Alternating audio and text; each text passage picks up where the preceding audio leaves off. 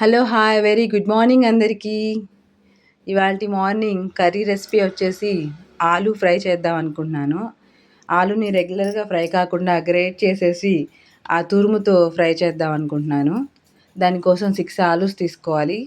Compulsory 6 are 7 కావాలి. ఎందుకంటే great చేసి ఫ్రై చేశాక ఆలూ కర్రీ చాలా కొంచెమే అవుతుంది.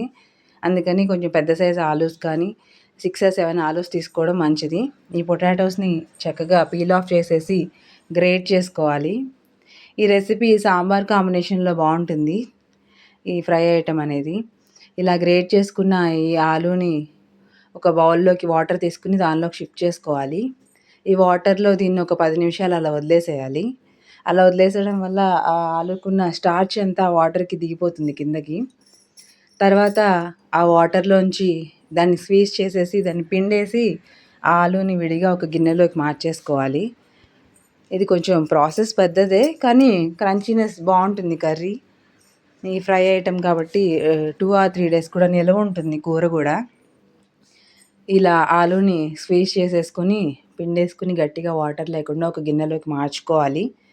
ఇలా మార్చుకున్నాక ఈ గిన్నెలోకి తీసుకున్న ఈ గ్రేట్ చేసిన ఆలూని ఒక పొడి బట్ట మీద ఒక 10 నిమిషాల పాటు ఆరబెట్టుకోవాలి.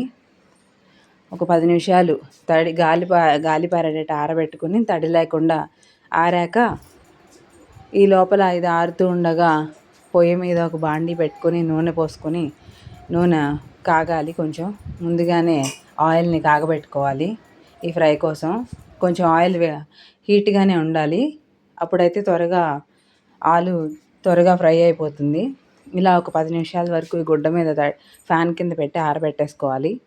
తర్వాత ఒక ప్లేట్లోకి దీన్ని కలెక్ట్ చేసేసుకొని ముందుగా బాండీ పెట్టి ఉంచుకున్నాం కాబట్టి ఆ ఆయిల్లోకి ఈ ఆరబెట్టుకొని ఉంచుకున్న ఈ ఆలూని బాండీలో వేసుకొని ఆలూ ఫ్రై లాగా చేసుకోవాలి.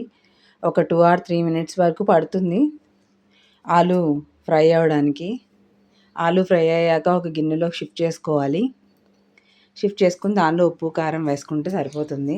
ఉప్పు, కారం, కరివేపాకు కూడా ఫ్రై చేసేసుకొని తీసుకుంటే సరిపోతుంది.